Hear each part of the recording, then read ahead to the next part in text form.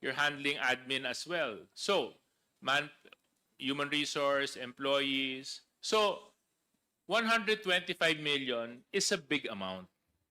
And I would expect some sense of security would be implemented by the Office of the Vice President. Kasi tama yung sinabi ni Congressman Garin eh. Baka mamaya magka-interest doon na nalaman na isang tao na kasing laki mo lang ang may buhat-buhat 125 million. Talagang pwedeng pagtangkaan na nakawan yon. So dapat may kasamang tao, may magsisecure.